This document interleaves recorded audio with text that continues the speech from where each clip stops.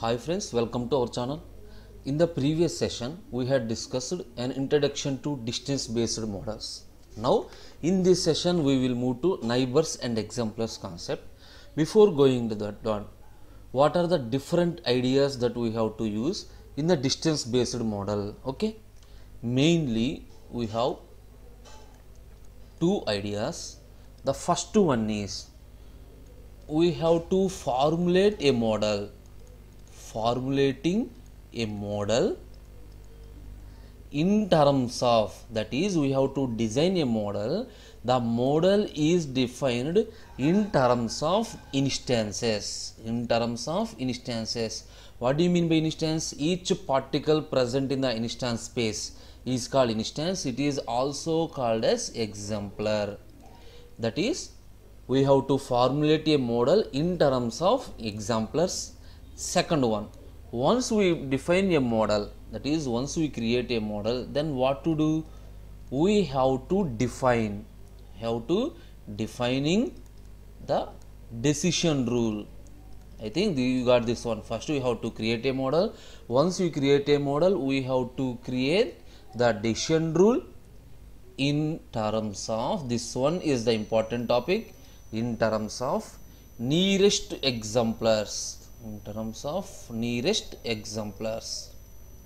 Or exemplars or instances, or another name is called neighbors, nearest neighbors also, whatever it is. That means, for your understanding purpose, I will explain. Suppose in the previous topics you already learned linear classifier. I think everyone learned linear classifier. For example, if you have two types of instances, that is a positive and negative instances, what we are doing? We are calculating two means. One is for positive, another one is for negative. One is for positive, another one is for negative. Simply the instances. Simply what we are doing in the training data, the positives are moved into the positive class, negatives are moved to the negative class. Up to now, this is we are doing in linear classifier. This is based on some decision boundary. We are creating a decision boundary. Based on the decision boundary, positives are moved to positive class and negatives are moved to negative class. But coming to this one, this is not linear classifier. In this, we are performing operation based on distances. So we are creating a model and we are defining a decision rule in terms of nearest neighbor. Generally, what is the fundamental property? Okay, remember this one. This one is the very important one. What is the main property? Simply, we are calculating mean of a set of vectors. What do you mean by vectors? Simply x coordinate, that is 2 points. So first point is one vector, second point is another vector. Simply we are calculating mean of a set of vectors. Is that? So what you do? Minimizes the sum of, remember this one is important, squared Euclidean distance to those vectors. I will explain this point. What is the point? You have to find the mean between the vectors. Such that it has to reduce the sum of squared Euclidean distance. It has to reduce that distance. That means, if you reduce the distance, means it is easy to classify. This point is a very important one. Okay. So up to now we have discussed the two rules and sum of this one. Next, I will move to the next one. What is the property? Just now we have discussed property. What is the property? Simply the arithmetic mean. What the mean do? Minimizes squared Euclidean distance. You have to remember this point. The mean minimizes squared Euclidean distance. So you know how to calculate arithmetic meaning. For example, D, some data points in the instance space. D represents some data points in the instance space. Suppose mu is the mean. Mu is the mean, that is arithmetic mean of the data points. Arithmetic mean of the data point. Among all the data points, you have to calculate a mean. It is a unique point. You got it? For example, for a given data set, many number of means we can calculate. Suppose we are calculating a mean in this Euclidean space. That minimizes this one, sum of squared Euclidean distance. That is, the concept is same. How many number of times we are repeating? The concept is simply you have to reduce sum of squared Euclidean distance. Now, I will explain 2 points. The first one is what is this one? If you are calculating the mean, suppose in calculation of mean by using Euclidean distance, up to now what we are discussing, suppose x minus y whole square. For example, if we remove square, in terms of calculating the mean, if you remove the square, then what happens? If you remove the square, it forms geometric median. So in the previous slide we discussed 2 points, that is the formula and decision rule. Now the first point is simply, all these are introduction. The first important point is, if you remove square, then it forms a geometric median. So you know the geometric median. What is the geometric median? Simply it is called a middle value. We have 2 types of data: univariate data, multivariate data. We already covered all these topics. That is the reason I am directly explaining the topics. You have univariate data, multivariate data. Univariate data, simply it is very easy to calculate middle. That is, the middle value is the median. The middle value is the median among a set of numbers. But for this multivariate data, generally there is no closed form. That means multivariate means we have different variations. There is no closed form means there is no middle value. There is no middle value means the median is calculated by successive approximation. You got the point? This is the region. This is the main region. This is computational advantage. This computational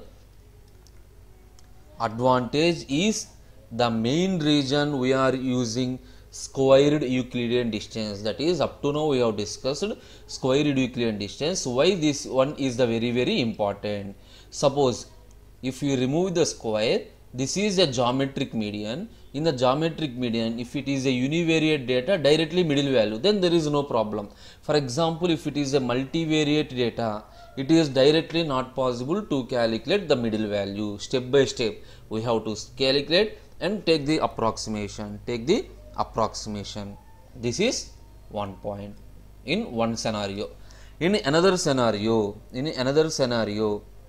okay, we have to calculate, this is median, we have to calculate medoid. I think everyone know medoid also. Okay, medoid. So I think everyone know the difference between medoid and centroid. What is the main difference means? For example, I am given a set of data points. D. Centroid is a point. Centroid is simply a point that does not present in the data. Okay. For example, these are the data. Assume these are the given data points. Centroid is any point that does not occur within the data. For example, this is a new point. This is centroid. But coming to medoid, what is? Medoid is a point that present within the data. a point that present within the data. Okay. First of all, you have to identify the difference between middoid and centroid. Okay. Now, how do you find a middoid? How do you find a middoid? The finding of middoid is simply to calculate distance from one point from a point to all other points in the data set. Suppose these are some points. For example, we are calculating distance from this point to all other points in the data set, and this point to all other points in the data set, this point to all other point in the data set. Okay. In order, why we are calculating distance from all the points? To choose a point, we have to choose a point that minimizes the distance. I think you got it. So we have set of points. From one point to each other point, we have to calculate the total distance. Among all the points, which one has the smallest distance? That is the point which minimizes the distances. That is called the middoid. Okay. So whatever the metric we are using, if you have n points, generally we require big O of n square calculations. Why? Because from one point to all other points, from second point to again all other points, we have big O of n square operations for calculating the middoids. Okay. Now the 2 points. What are the 2 points? One is median, second one is middoid. If you have any doubt, see, one is median, another one is middoid. Now I will move to the next one. Suppose in the given data set, once we identify the exemplars or instances, whatever it is, in the given data set, suppose once we identify the exemplars, what linear classifier do? At the same time, what distance based model do? Actually, our concept is distance based model, but our intention is why you are using distance based model. We already have linear classifier. That is the reason. First, I will explain what linear classifier do and what distance based model do. So simply, what linear classifier do? Linear classifier, what they do? Simply constructs a decision boundary. For example, these are some points. What the linear? Simply it constructs a decision boundary that separates one class instances with other class instances. One class instances with another class instances. That means simply the boundary is perpendicular bisector of the line segment. That is the segment that disconnects the instances, disconnects the extensions. This is the linear classifier do, but this is not at all important for us. Now, what is distance based models do? Okay, the distance based model, in distance based way, we are, this is comes under distance based way, classify the instances. How we classify the instances? Without direct reference to a decision boundary. I think you got it. That is, the decision boundary is not at all important in distance based model. The decision boundary is not at all important in decision model. So in the starting of the topic, we discussed whenever we are using a decision model, we are creating some decision rule. Now I will explain the rule. What is the rule? For example, if X is an instance, X is nearest to, suppose this is the positive class, X is nearest to this mu plus, then X is considered as a positive. Got it? That means in distance I am calculating distance from that point to mean. Suppose if X is the nearest, that is the distance is very small. For example, we have mu minus and mu plus. This is some instance. Now I am calculating distance from this instance to this one, distance from this instance to this one. So for example, this distance is 5, this distance is 6. Now this is considered as negative. You got it? The nearest, based on the distance, we are assigning the instances to the nearest one. Okay? This is the way we are implementing in distance based model compared to linear classifier. Suppose the final I will explain how a linear classifier can be interpreted in distance based perspective. How a linear classifier is interpreted in terms of distance based perspective. Whatever you are using, simply we have constructing an exemplars that minimizes the squared Euclidean distance within the class. That is the same concept. We have to reduce the squared Euclidean distance. Okay. Up to now it is very clear. If you have any doubts, ask me. Otherwise, I will move to next one. Now in this process, for example, we are using Euclidean distance. Suppose if I am using Manhattan distance, what happen? I have a doubt. Suppose generally why you are using Euclidean distance? Suppose if I am using Manhattan distance for the decision rule, that is to calculate the distance. If you are using Euclidean, we are getting one answer. Suppose if you are using Manhattan, we are getting another answer. What happens means, observe carefully. In the previous session, we have discussed Manhattan is called one arm. That is, it can move either horizontally or vertically. But Euclidean can move in any direction.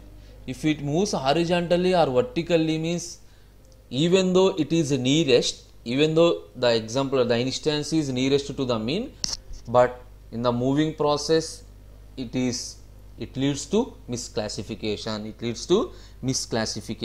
That means, that is the reason. For example, consider any two coordinates x and y.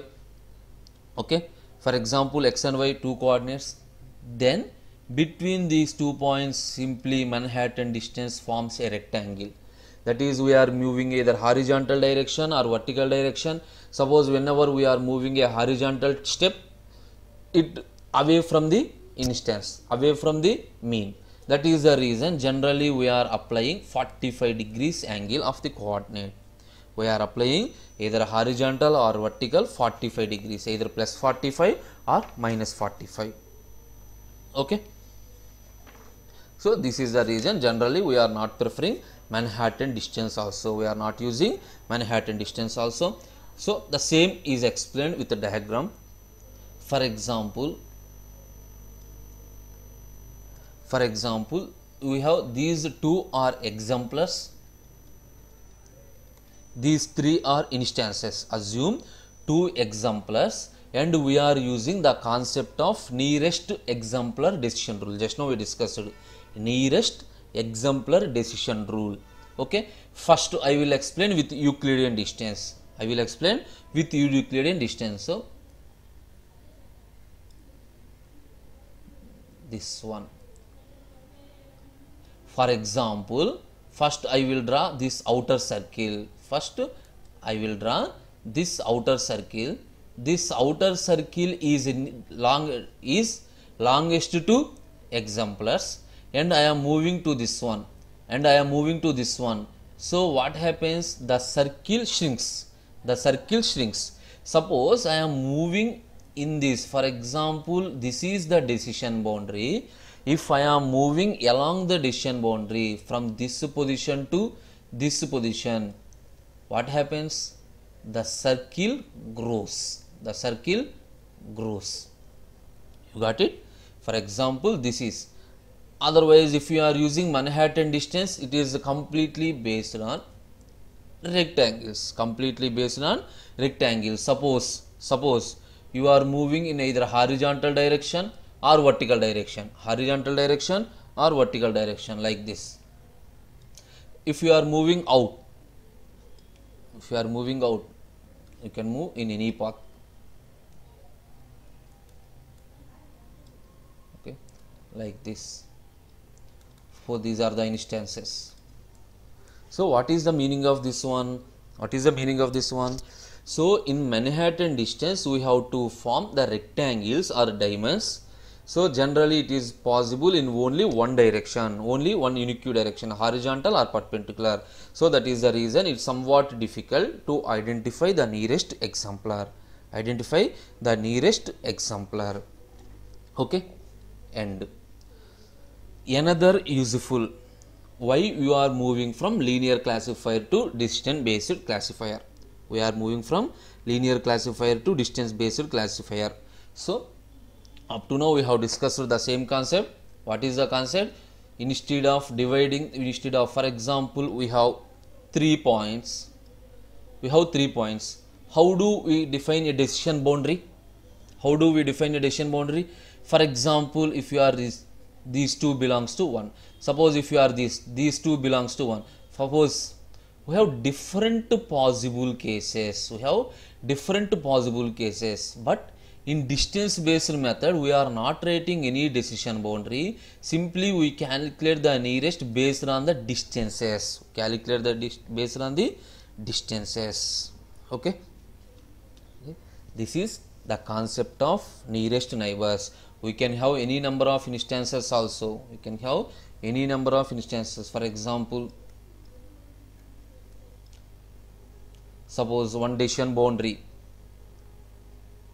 This is the decision boundary separates 2. This is the decision boundary separates 2.